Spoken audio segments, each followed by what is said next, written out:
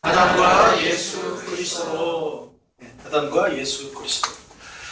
여러분, 아담이 누군지는 다 아시죠? 아담은 하나님이 지으신 인류 최초의 인간입니다. 근데 이 아담이라는 뜻이 그냥 사람이라는 뜻이에요. 그냥 사람이에요.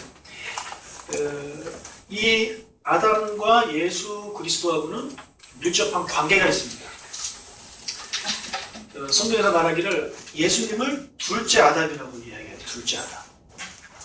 그러니까 아담으로 인해서 인류가 시작됐잖아요. 근데 예수님이 둘째 아담이라는 얘기는 뭘까요? 예수님을 통해서 뭔가 새로운 시대가 또 시작됐다라고 이해를 하시면 됩니다. 그리고 그럼 둘째 아담이 있으면 셋째 아담도 있냐? 아니에요. 예수님을 마지막 아담이라고 이야기합니다. 그러니까 더 이상은 아담은 없어요. 이 마리가 나타나서 내가 셋째 아담이다 이따 소리 할지도 모르겠는데 예수님은 분명히 마지막 아담이라고 이야기를 하고 있습니다. 그리고 14절 5장 로마서 5장 14절을 보면 예수님은 아담을 오실자의 모형이라고 표현하고 있는데 같이 읽어보겠습니다. 그러나 아담으로부터 모세까지 아담의 범죄와 같은 죄를 짓지 아니한 자들까지도 사망이 왕노릇하였나니 아담은 오실자의 모형이라. 아담은 오실자의 모형이래요. 여기서 오실자는 아담 이후에 오실자입니다. 이미 오셨습니다. 바로 예수님을 말하는 것입니다. 그러니까 예수님은 오실자의 모형이래요. 모형. 그래서 이 아담을 보면 예수님을 이해할 수 있고 예수님을 보면 아담을 더 잘 알 수 있는 것입니다. 자, 아담에 대해서 더 살펴보도록 하겠습니다. 5장 12절을 읽겠습니다. 그러므로 한 사람으로 말미암아 죄가 세상에 들어오고 죄로 말미암아 사망이 들어왔나니 이와 같이 모든 사람이 죄를 지었으므로 사망이 모든 사람에게 이르렀느니라. 자, 여기서 말하는 한 사람은 바로 아담을 말합니다. 아담 때문에 죄가 세상에 들어왔다라고 이야기를 하죠.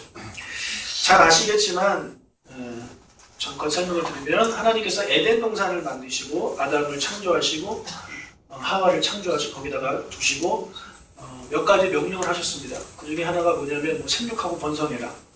그다음에 또 하나가 뭐냐면 이 에덴 동산을 경작해라. 그리고 마지막으로 하신 명령이 뭐냐면 다 먹어도 되는데 이 선악을 알게 하는 나무의 실과는 먹지 말라라고 이렇게 명령을 하셨어요. 그러니까 나머지는 다 하라하라잖아요. 하라하라? 이거를 하지 말라예요. 자, 그런데 이 아담이 하지 말라고 하는 것을 하게 됐습니다. 자꾸 신기하죠? 사람은 왜 그런지 모르겠어요. 하지 말라고 하면 꼭 하고 싶어요. 그죠? 이거 열지 마세요. 딱 써놓으면 뭔지 궁금해서 열고 싶잖아요. 아무 관심도 없다가도 그거 절대 열면 안 돼? 그러면은 뭐가 그렇게 열지 말라 하면서 열어보고 싶은 그런 호기심 있지 않습니까? 자, 그래서 선악을 알게 하는 나무의 실과를 아담이 먹고 맙니다. 이것은 불순종이에요. 하나님이 하지 말라고 하는 것을 했기 때문에. 하나님께서 말씀하셨어요. 먹으면 정령 죽을 것이다. 자, 선악과에 독이 들어서 그것을 먹고 죽은 것이 아니라 선악과를 먹는 것 자체가 불순종의 죄라는 행위이기 때문에 죄의 결과로 죽게 된다는 것입니다. 만약에 아담과 하와가 죄를 안 지었으면 죽지 않고 영원히 사는 것인데 아담과 하와가 그것을 먹음으로 말미암아 사람은 죽게 되었습니다. 그래서 아담과 하와는 죽었고 이 세상에 태어난 모든 사람들도 다 죽었고 이제 저와 여러분도 언젠가는 이 세상을 떠나게 되는 것입니다. 자, 그 말은 뭐냐? 우리가 죽는다는 얘기는 우리도 죄를 지었다라는 말입니다. 여러분, 죄를 짓고 사십니까? 이것에 대해서 나는 죄를 안 짓는데 라고 말할 수는 아마 아무도 없을 것입니다. 자, 그런데 성경을 보면 죄를 짓지 않는 사람이 나옵니다. 자, 5장 14절을 다시 한번 읽겠습니다. 시작. 그러나 아담으로부터 모세까지 아담의 범죄와 같은 죄를 짓지 아니한 자들까지도 사망이 왕노릇하였나니. 아담으로부터 모세까지. 자, 모세까지라고 한 이유는 모세가 율법을 썼기 때문에 하는 말이죠. 그래서 아담으로부터 모세까지 살아온 사람들 중에서 아담의 범죄와 같은 죄를 짓지 아니한 자들이 있다는, 그러니까 범죄하지 않은 자들이 있다. 그런데 그들에게까지도 사망이 왕노릇했다는 말입니다. 자, 도대체 죄를 짓지 않았는데도 왜 사망이 왕노릇했냐? 사망이 왕노릇했다는 얘기는 죽었다는 얘기거든요. 그러면은 여기서 말하는 죄를 짓지 아니한 사람들은 누구일까요? 여러분 중에 죄 짓지 않은 사람은 없잖아요.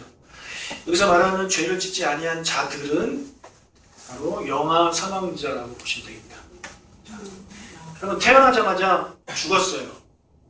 아니면 뭐 한 달, 아니면 뭐 1년, 이런 영아들 있잖아요. 그 영아들이 이렇게 태어났다가 죽었어요.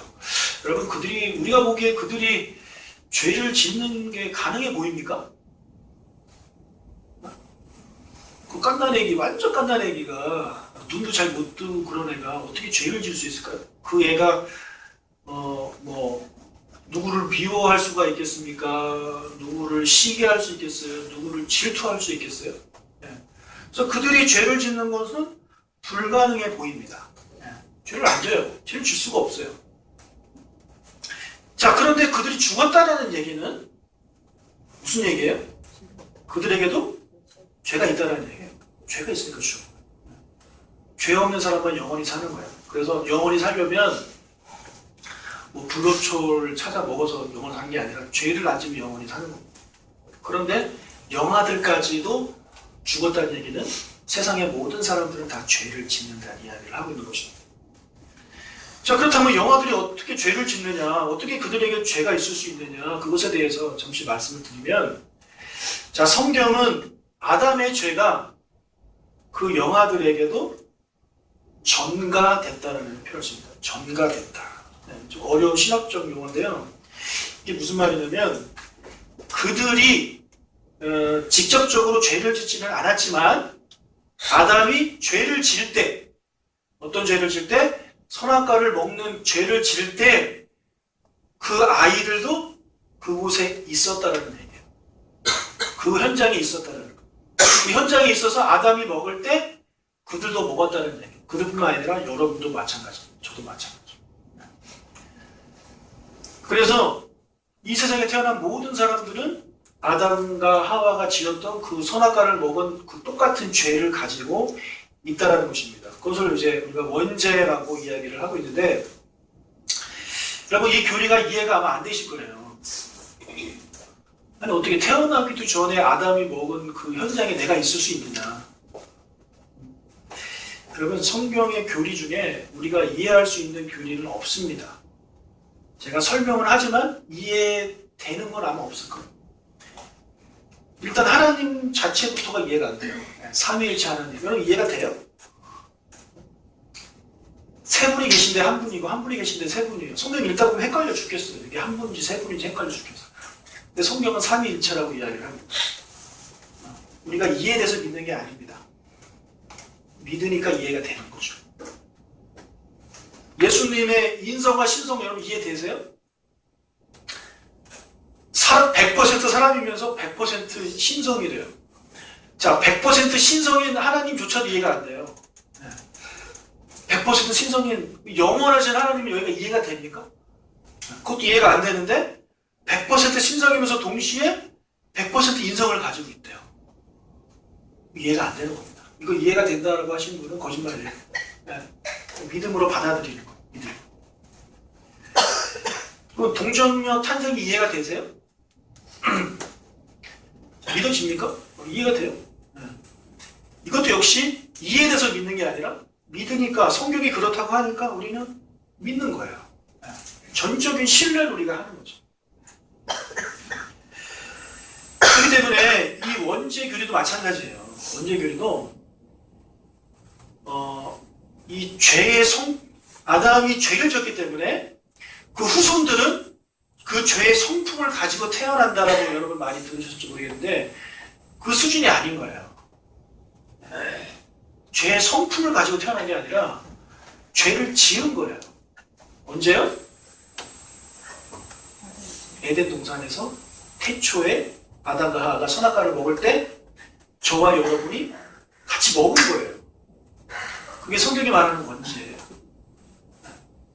그러니까 단순히 제 성품을 가지고 태어난 게 아니에요. 여러분이 먹은 겁니다. 자, 이 교리에 대해서 조금 더 설명을 해보겠습니다.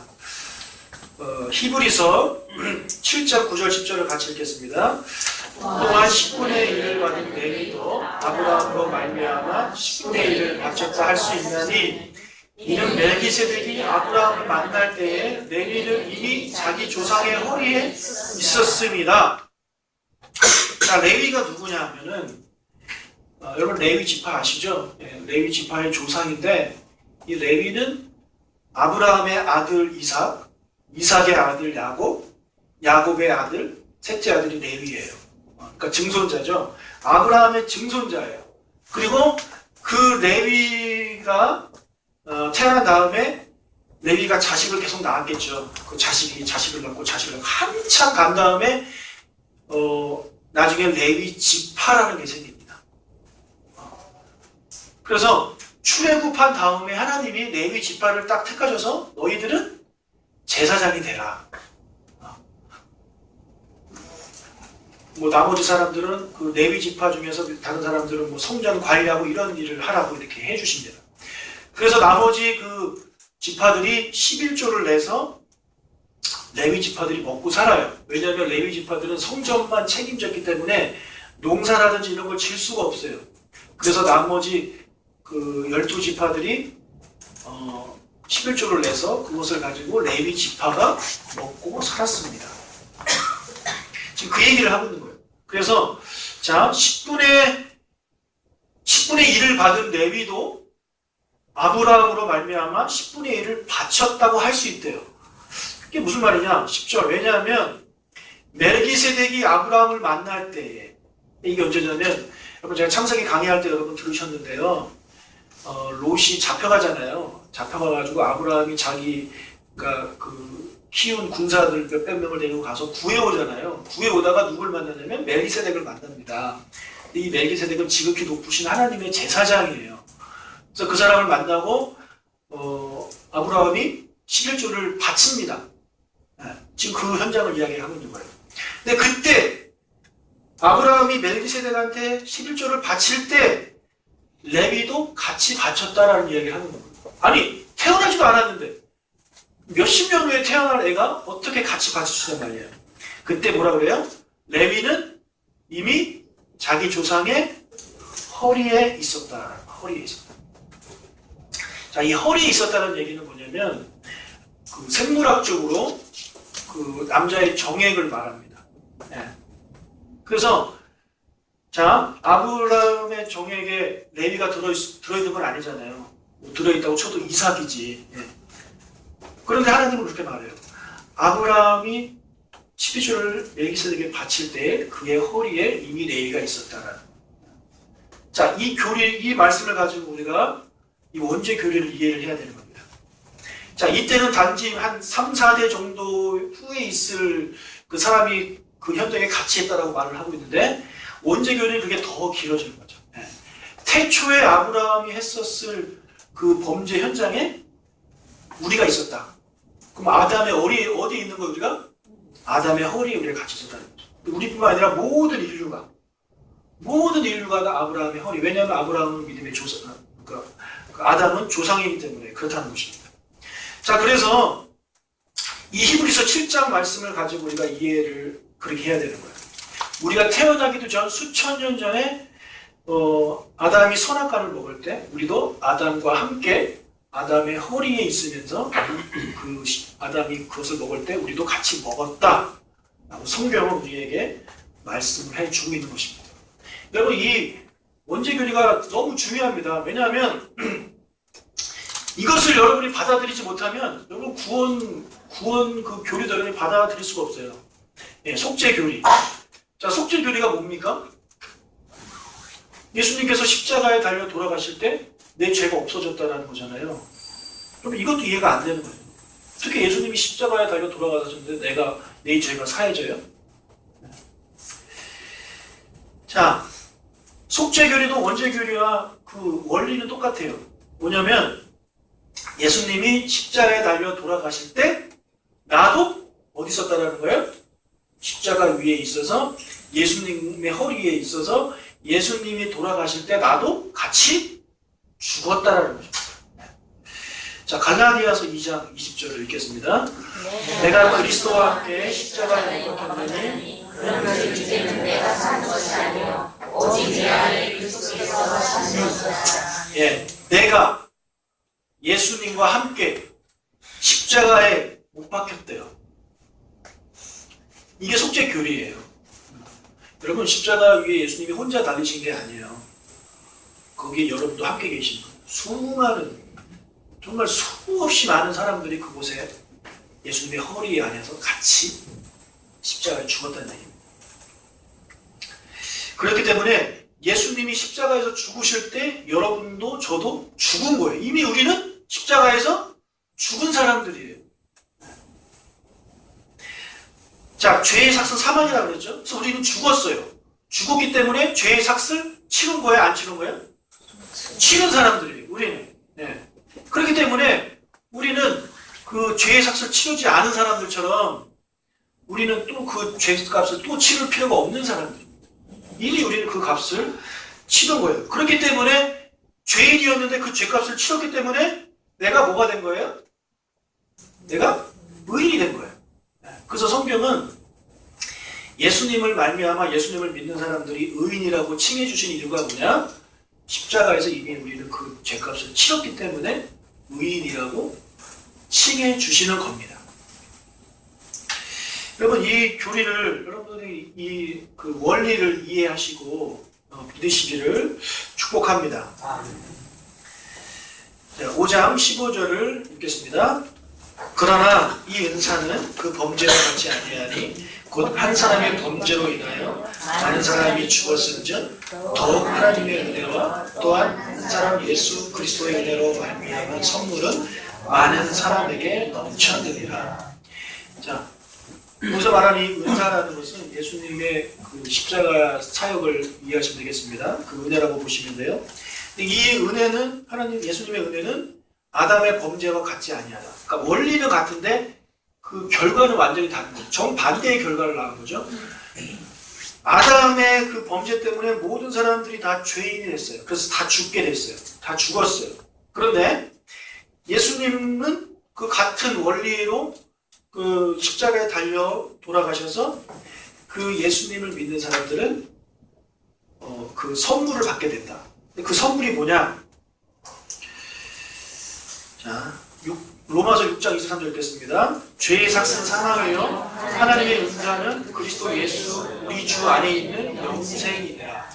자, 죄의 삭은 사망이에요. 죄를 지으면 무조건 죽어야 돼요. 네. 그런데 우리는 예수님과 함께 같이 십자가에 달려서 죽었기 때문에 그 사실을 믿게 된 우리들은 하나님의 은혜를 받게 되는데 그 은혜가 뭐냐? 그 선물이 뭐냐? 예수 우리 주 안에 있는 영생을 선물로 얻게 돼요.